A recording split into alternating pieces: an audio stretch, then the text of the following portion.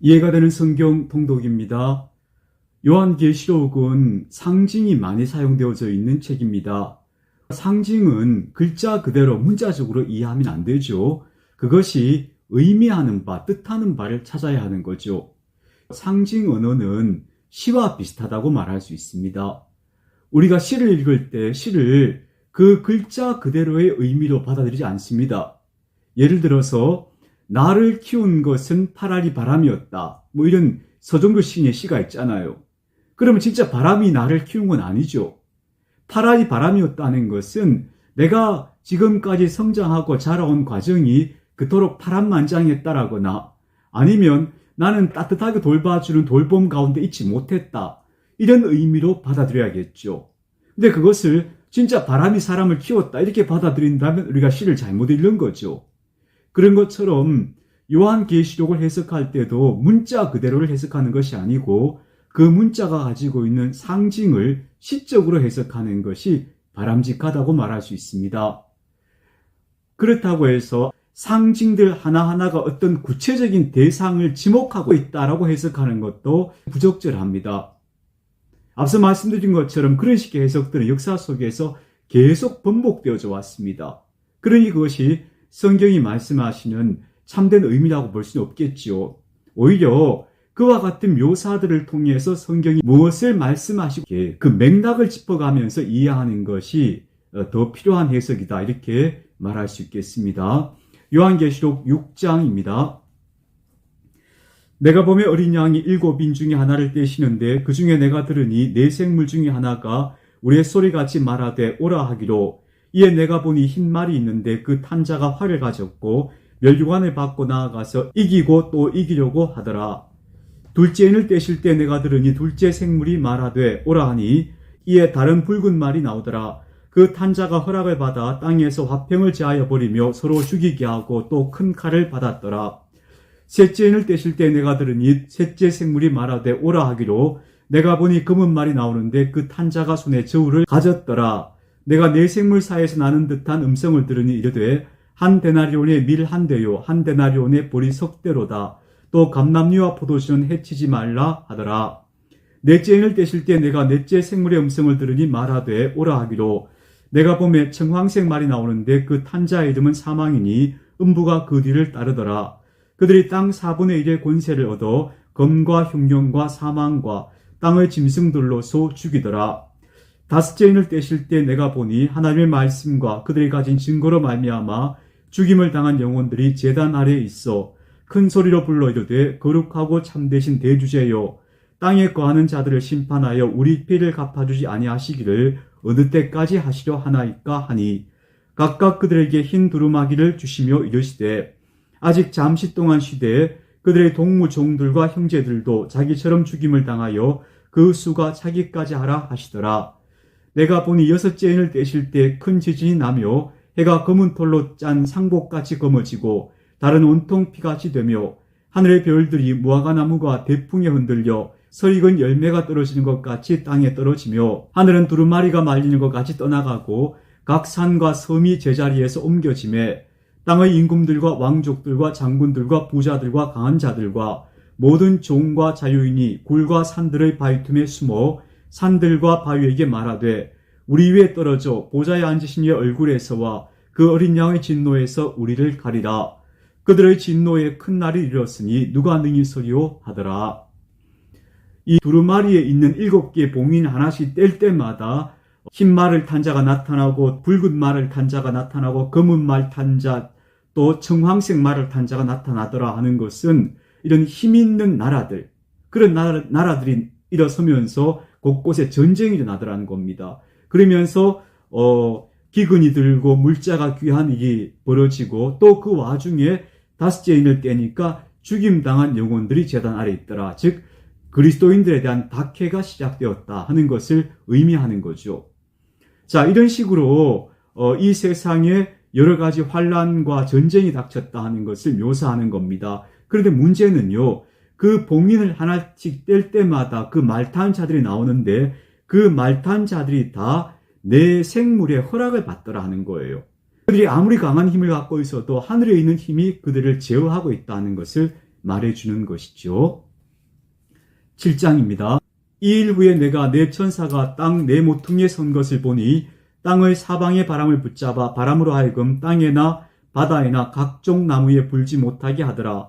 또 봄에 다른 천사가 살아계신 하나님의 인을 가지고 해 돋는 데로부터 올라와서 땅과 바다를 해롭게 할 권세를 받은 네 천사를 향하여 큰 소리로 외쳐 이르되 우리가 우리 하나님의 종들의 이마에 인치기까지 땅이나 바다나 나무들을 해하지 말라 하더라. 내가 인침을 받은 자의 수를 들으니 이스라엘 자손의 각 지파 중에서 인침을 받은 자들이 14만 4천이니 유다 지파 중에 인침을 받은 자가 1만 2천이요 루벤 지파 중에 1만 2천이요 갓 지파 중에 1만 2천이요 아셀 지파 중에 1만 2천이요 납달리 지파 중에 1만 2천이요 므낫세 지파 중에 1만 2천이요 시몬 지파 중에 1만 2천이요 레위 지파 중에 1만 2천이요 이사갈 지파 중에 1만 2천이요 스불론 지파 중에 1만 2천이요 요셉 지파 중에 1만 2천이요 베냐민 지파 중에 인침을 받은 자가 1만 2천이라. 이일 후에 내가 보니 각 나라와 족속과 백성과 방언에서 아무도 능히 셀 수 없는 큰 무리가 나와 흰옷을 입고 손에 종려 가지를 들고 보좌 앞과 어린 양 앞에 서서 큰 소리로 외쳐 이르되 구원하심이 보좌에 앉으신 우리 하나님과 어린 양에게 있도다 하니 모든 천사가 보좌와 장로들과 네 생물의 주위에 서 있다가 보좌 앞에 엎드려 얼굴을 대고 하나님께 경배하여 이르되 아멘 찬송과 영광과 지혜와 감사와 존귀와 권능과 힘이 우리 하나님께 세세토록 있을지어다 아멘 하더라. 장로 중 하나가 응답하여 나에게 이르되 이 흰옷 입은 자들이 누구며 또 어디서 왔느냐. 내가 말하기를 내 주여 당신이 아시나이다 하니 그가 나에게 이르되 이는 큰 환란에서 나오는 자들인데 어린 양의 피에 그 옷을 씻어 희게 하였느니라. 그러므로 그들이 하나님의 보좌 앞에 있고 또 그의 성전에서 밤낮 하나님을 섬기매 보좌에 앉으신 이가 그들 위에 장막을 치시리니 그들이 다시는 줄이지도 아니하며 목마르지도 아니하고 해나 아무 뜨거운 기운에 상하지도 아니하리니 이는 보좌 가운데 계신 어린 양이 그들의 목자가 되사 생명수 샘으로 인도하시고 하나님께서 그들의 눈에서 모든 눈물을 씻어주실 것입니다. 여기 7장 말씀에 14만 4천이라는 숫자가 나오죠. 14만 4천은 그 글자 그대로 14만 4천명을 의미하는 게 아닙니다.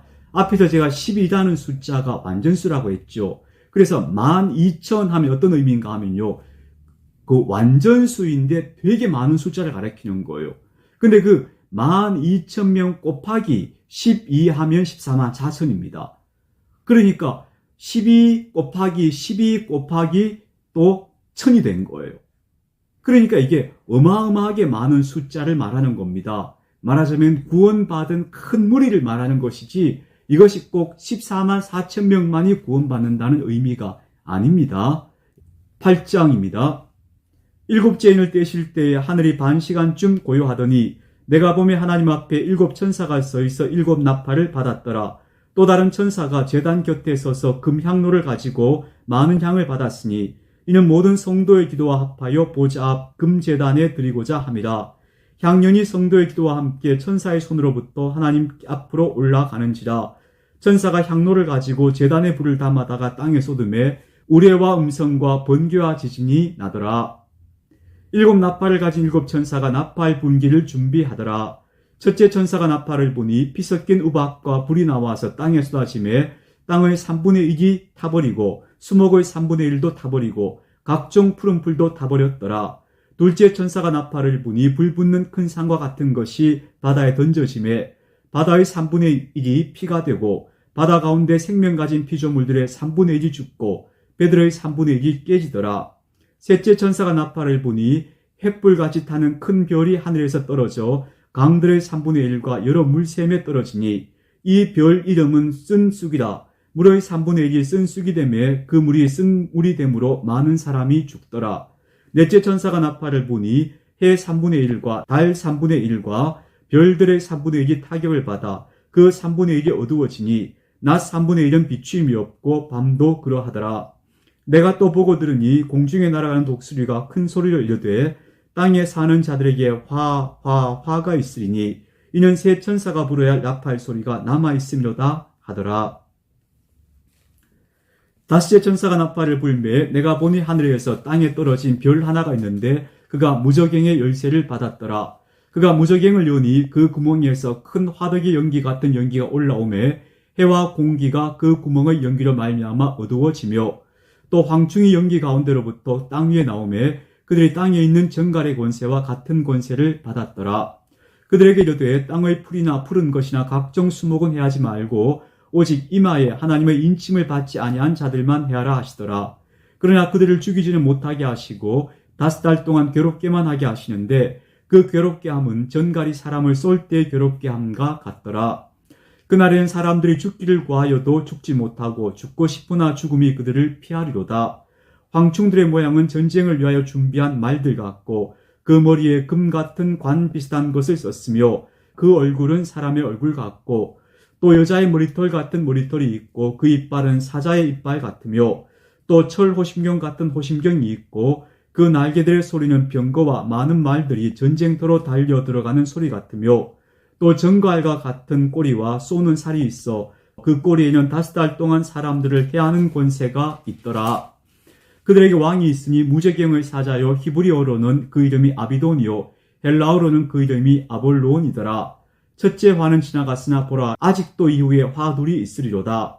6째 천사가 나팔을 불매 내가 들으니 하나님 앞 금제단 네 뿔에서 한 음성이 나서 나팔 가진 6째 천사에게 말하기를 큰 강 유브라데 결박한 네 천사를 놓아주라 하매 네 천사가 놓였으니 그들은 그년 월 일시에 이르러 사람 3분의 1을 죽이기로 준비된 자들이더라. 마병대의 수는 2만만이니 내가 그들의 수를 들었노라. 이 같은 환상 가운데 그 말들과 그 위에 탄 자들을 보니 불빛과 자줏빛과 유황불 호심경이 있고 또 말들의 머리는 사자머리 같고 그 입에서는 불과 연기와 유황이 나오더라. 이 세 재앙 곧 자기들의 입에서 나오는 불과 연기와 유황으로 말미암아 사람 3분의 1이 죽임을 당하니라. 이 말들의 힘은 입과 꼬리에 있으니 꼬리는 뱀 같고 또 꼬리에 머리가 있어 이것으로 해하더라. 이 재앙에 죽지 않고 남은 사람들은 손으로 행한 일을 회개하지 아니하고 오히려 여러 귀신과 또는 보거나 듣거나 다니거나 하지 못하는 금은 동과 목석의 우상에게 절하고 또 그 살인과 복술과 음행과 도둑질을 회개하지 아니하더라. 8장부터는 7 나팔의 재앙이 묘사되고 있지요. 앞서 7 봉인의 재앙이 있었죠. 두루마리에 7개의 봉인이 있는데 그걸 하나씩 뗄 때마다 재앙이 나타났다 그랬지 않습니까? 그리고 이제는 7번의 나팔이 불 때마다 재앙이 나타났다 이렇게 묘사하고 있는데요. 이것은 7번의 재앙이 지나가고 나서 그 다음 또 7번의 재앙이 나타났다 이런 의미라기보다는 같은 재앙을 이렇게 묘사하고 있다고 봅니다. 즉 7번의 봉인의 재앙이 지나갔는데 그런데 7 나팔이 또 나타나는 게 아니고 7번의 봉인의 재앙을 설명하는데 이번에는 그것을 7 나팔이라는 상징을 통해서 해석하고 있는 거고요. 그 다음 뒤에 나오는 7 대접도 마찬가지죠. 7 대접이라고 하는 상징을 통해서 또 설명하고 있다. 7번의 재앙인데 이것이 3번에 걸쳐서 묘사되고 있다. 이렇게 보는 것이 합당한 해석이 아닐까 싶습니다. 요한계시록 9장 말씀까지 읽었습니다. 그리스도의 평화가 함께 하시기를 축복합니다.